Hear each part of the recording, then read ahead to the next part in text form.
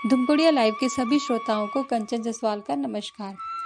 झारखंड का नेत्रहाट छोटा नागपुर की रानी के नाम से प्रसिद्ध है। रांची से करीब 150 किलोमीटर दूर 3622 फीट ऊंचाई पर बसा यह पहाड़ी पर्यटन स्थल अद्भुत प्राकृतिक सुंदरता को संजोए हुए है। श्रोताओं, आज मैं आप सभी को झारखंड के नेत्रहाट से जुड़ी एक अमर प्रेम कथा सुनाने वाली हूँ। विरह और त्याग की ऐसी कथा जो हो सकता है आपको प्रेमचंद की कहानियों का भावात्मक प्रेम याद दिला दे और वहीं इसका दुखद अंत शेक्सपियर के नाटकों की तरह विरह, वेदना और त्याग को छू जाए। ऐसे तो यह कहानी नेत्रहाट की वादियों में आज भी लोगों की जुबान पर दर्ज है, लेकिन इसमें हमने अपनी ओर से पात्रों का परिचय देने का प्रयास किया है। बाकी कहानी वैसी ही है जैसे कि नेत्रहाट की वादियों में सुनी और सुनाई जाती है। प्रेम कहानी में हमेशा कोमलता और सौम्यता भावनात्मक उद्गारों में लिपटा हुआ होता है, ठीक वैसे ही जैसे फूलों की खुशबू उसके पत्तियों में सहेजे हुए होती है। प्रेम कहानी हो और फूलों की चर्चा ना हो, यह मुमकिन है क्या? तो चलिए फूलों की चर्चा भी साथ में करते चलते हैं, लेकिन बात करेंगे एक विशेष फूल की, मैग्नोलिया की। क्या मैग्नोलिया के फूल आपने देखे हैं? पहली बार कोई भी जब इसे देखेगा तो उसे पहचानना मुश्किल होगा कि यह फूल है या फिर पक्षियों का एक झुंड। ये बिल्कुल पक्षी की तरह ही दिखते हैं। ऐसा लगता है मानो कोई पक्षी अपनी प्रिय की याद में विरह का गीत गा रहा है। ये बड़े ही सुंदर होते हैं। वसंत के पूर्व में पतझड़ से पहले खिलने वाले यह फूल पूर्वी एशिया, हिमालय, पूर्वी उत्तरी अमेरिका और मध्य अमेरिका में पाए जाते हैं। इसके पेड़ 30 से 40 फीट लंबे होते हैं। प्रजातियों के आधार पर मैग्नोलिया सदाबहार, अर्ध सदाबहार हो सकता है। पतझड़ से पहले वसंत के शुरुआत में यह धरती को पूरी दुल्हन की तरह सजा देते हैं। ऐसा लगता है मानो गोरी मेम शादी का सफ़ेद जोड़ा पहनकर आसमान में उड़ रही हो। आज जो कहानी मैं आप लोगों को सुनाने जा रही हूँ, उसकी नायिका का नाम भी मैग्नोलिया ही है। वह एक अंग्रेज अधिकारी की बेटी है और इस कहानी का नायक गुमनाम है। गुमनाम क्यों है, इसका कोई सटीक उत्तर नहीं है। ये कहानी झारखंड के पहाड़ों की रानी कहे जाने वाले नेत्रहाट की है। आप जब भी नेत्रहाट की खुशनुमा पहाड़ियों में जाओगे तो स्थानीय लोगों से यह कहानी ज़रूर सुनने को मिलेगी। इस कहानी की सत्यता तो जांची नहीं जा सकती, मगर इस कहानी के आकर्षण और प्यार की पराकाष्ठा ने इसे अमर ज़रूर बना दिया है। आज आपको नेत्रहाट में मैग्नोलिया सनसेट सनराइज पॉइंट मिल जाएगा, जहां चरवाहे और मैग्नोलिया की मूर्ति आपको इस कहानी की सच्चाई मानने पर मजबूर कर देगी। ये स्थान दोनों की प्रेम कहानी की गवाही देता है। बताते हैं एक अंग्रेज ऑफिसर को नेत्रहाट बहुत पसंद आया था। वह सपरिवार नेत्रहाट घूमने आया और वहीं रहने लगा था। उसकी एक बेटी थी, उसका नाम मैग्नोलिया था। इस कहानी की नायिका मैग्नोलिया ही है। वो अंग्रेजन गोरी चिट्टी खूबसूरत पढ़ी लिखी आज़ाद ख्याल की लड़की थी। जब से वह अपने पिता के साथ नेत्रहाट में आ बसी थी, उसे यहाँ के पहाड़ों की खूबसूरती और लोगों की सादगी बहुत पसंद आई। वह अक्सर घोड़े पर बैठकर अब दूर प्रकृति और पहाड़ों का आनंद लेने अकेले ही निकल जाती थी। पहाड़ी लोगों को काम करते देखती तो उनके साथ उसका व्यवहार प्रेमवत ही रहता था। उसने कभी भी स्थानीय लोगों के साथ अपनी अंग्रेजियत की धौंस नहीं दिखाई, बल्कि मैग्नोलिया गरीब पहाड़ी लोगों के जीवट और खुशनुमा जिंदगी को देखकर हैरत में पड़ जाती थी। वो अपनी टूटी फूटी हिंदी से उनसे बतियाती थी। वो अपनी ज़िंदगी उन्हीं पहाड़ी लोगों के साथ देखने लगी थी। वो उनके स्थानीय पर्व त्योहार में भी शामिल होती थी और खूब नाचती थी। उसे वह सब कुछ पसंद था जो कि नेत्रहाट के पहाड़ियों में था।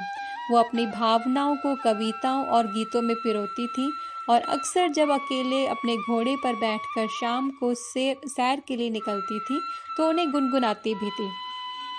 इस कहानी की नायिका निस्संदेह एक संवेदनशील लड़की थी। इसी कहानी का दूसरा पात्र है गरीब चरवाहा, इस कहानी का नायक। उसके बारे में इतनी जानकारी है कि वह एक गरीब चरवाहा था, जंगलों के बीच गांव में रहने वाला एक गरीब युवा जिसकी अभी शादी नहीं हुई थी, जो गरीब तो है लेकिन मेहनत से मुंह नहीं मोड़ता। हर सुबह वह लोगों के जानवरों को चराने के लिए ले जाता और शाम ढले वापस आता था। लेकिन गरीब वह बस दुनिया के लिए था। दिल से वह बहुत अमीर था, हमेशा खुश रहता था और खुश रहने की प्रवृत्ति झारखंडी लोगों में अनोखी ही है। अपने नृत्य संगीत में झूमते झारखंड वासी कैसा भी दुख दर्द और संघर्ष हो, आराम से उसे हंसते गाते पार कर जाते हैं। वैसे ही इस कहानी का नायक है जो जिंदगी की कमियों के बावजूद भी अपनी जिंदगी आराम से गुजार रहा है। हमेशा खुश रहता था और अपनी खुशी को बांसुरी की तान से अभिव्यक्त भी करता था। जी हाँ, हमारा नायक बांसुरी बहुत ही मनमोहक बजाता था। उसकी धुन से पशु पक्षी सभी मोहित होकर ठहर जाते हैं। जब वो बांसुरी बजाते अपने जानवरों को चराने के लिए ले जाता है, तो जंगलों के पशु पक्षी भी उसके पीछे हो जाते हैं। जैसे बांसुरी की तान ना हो, कोई मंत्र हो, जो सुना वही उसके पीछे हो लिया। ऐसा है इस कहानी का नायक। नाम नहीं होते हुए भी गुमनाम नहीं है। अब आते हैं इस कहानी के तीसरे पात्र मैग्नोलिया के पिता की ओर। वह एक अंग्रेज अधिकारी है जिसने अपनी योग्यता के दम पर अंग्रेजी अफसरशाही में ऊंचे पद प्राप्त किए हैं। जिंदगी में हर तरफ का अनुभव वह ले चुके हैं। ब्रिटिश हुकूमत की सेवा में कई देशों में वह घूम चुके हैं। उनकी सफलता पर दोस्तों को भी ईर्ष्या होती है। ऐसे ही एक बार ब्रिटिश फौज के साथ जब वह नेत्रहाट घूमने आए, तब से वह नेत्रहाट के सौंदर्य से मोहित हो गए और तभी यह निश्चित कर लिया कि जब वह नौकरी से रिटायर होंगे तो परिवार के साथ यहीं आकर बस जाएंगे। तब तक उनकी बेटी भी ब्रिटेन में अपनी पढ़ाई पूरी कर चुकी होगी। अपनी इकलौती बेटी से उन्हें काफ़ी प्रेम था। केवल बेटी ही नहीं बल्कि अपनी पत्नी से भी उन्हें काफ़ी प्रेम था। उनकी पत्नी की ही ख्वाहिश थी कि फौज की मारकाट से दोनों काफ़ी दूर एक एकांत में अपनी ज़िंदगी बिताएं। अपनी पत्नी की ख्वाहिश पूरी करने के लिए नेत्रहाट से अच्छी जगह और कौन सी हो सकती थी। उनका ख्याल था कि दोनों पति पत्नी नेत्रहाट में ही अपनी ज़िंदगी गुजारेंगे और उनकी बेटी की शादी किसी अच्छे अंग्रेज़ लड़के से करके उन्हें ब्रिटेन वापस भेज दिया जाएगा। आखिर ज़िंदगी भर की कमाई दौलत का कोई तो वारिस होना ही चाहिए था और अब बेटी और दामाद ही उसके वारिस होंगे। आइए अब मूल कहानी पर आते हैं। नेत्रहाट गांव का वह चरवाहा हर रोज जानवरों को चराने के लिए जंगल की ओर ले जाता था। इसके बदले उसे चरवाहे को गांव वालों से उचित मजदूरी मिल जाया करती थी। चरवाहा जंगल को, जानवरों को, मौसम को और प्रकृति को खूब पहचानता था। उसे पता था कि किस मौसम में किस तरफ उसे जानवरों के लिए घास मिल जाएगी, किधर जंगली जानवर उसे परेशान नहीं करेंगे। सालों से ये काम करते हुए वो बड़ा हुआ था, लेकिन इसी बीच उसे संगीत से प्रेम हो गया था। चिड़ियों की मधुर तान, हवा के झोंकों में बसे संगीत ने उसे बांसुरी बजाना सिखा दिया था। जब वो जानवरों को चराता तो एक ऊंची जगह बैठकर अपने बांसुरी के मोहक धुन की ऐसी तान छेड़ता था, लगता था उसके बांसुरी की धुन से हवाएं भी शर्मा गईं और आसमान लाल हो गया। ये उसका लगभग हर रोज का किस्सा था। इसी स्थान को आज नेत्रहाट में सनसेट पॉइंट के नाम से जाना जाता है। वो अपने जानवरों को चराता और जानवरों को चराने के दौरान वह सनसेट पॉइंट पर आ बैठता था। इसके बाद वह मधुर स्वर में बांसुरी बजाता था और इसकी चर्चा आसपास के सभी गांवों में हुआ करती थी। मैग्नोलिया भी जब से नेत्रहाट में आ बसी है, वह रोज अपने घोड़े पर कहीं न कहीं निकल जाती थी। ये उसका भी रोज का किस्सा था। कोई रोकने टोकने वाला था नहीं। उसके माता पिता उससे बहुत प्रेम करते थे। फौजी पिता के कारनामों ने उसे भी बहादुर बना दिया था, तो वह अकेले ही घूमने निकल जाया करती थी। एक दिन अचानक वो उधर आ निकली जिधर चरवाहा बैठकर आंखें बंद किए बांसुरी की मधुर धुन बजा रहा था।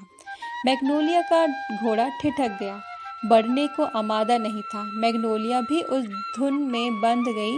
उसने देखा थोड़ी दूर ऊंची चट्टान पर बैठकर आंखें मूंदे अपनी ही मस्ती में एक लड़का बांसुरी बजा रहा है।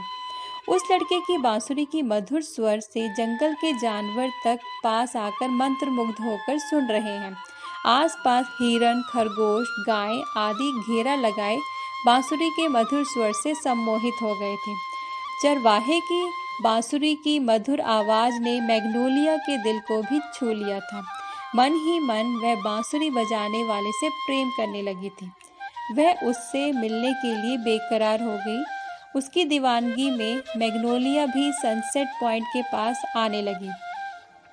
दोनों धीरे धीरे घुल मिल गए। उनकी बातें शुरू हुई और फिर वह दोनों एक दूसरे के बेहद करीब आ गए।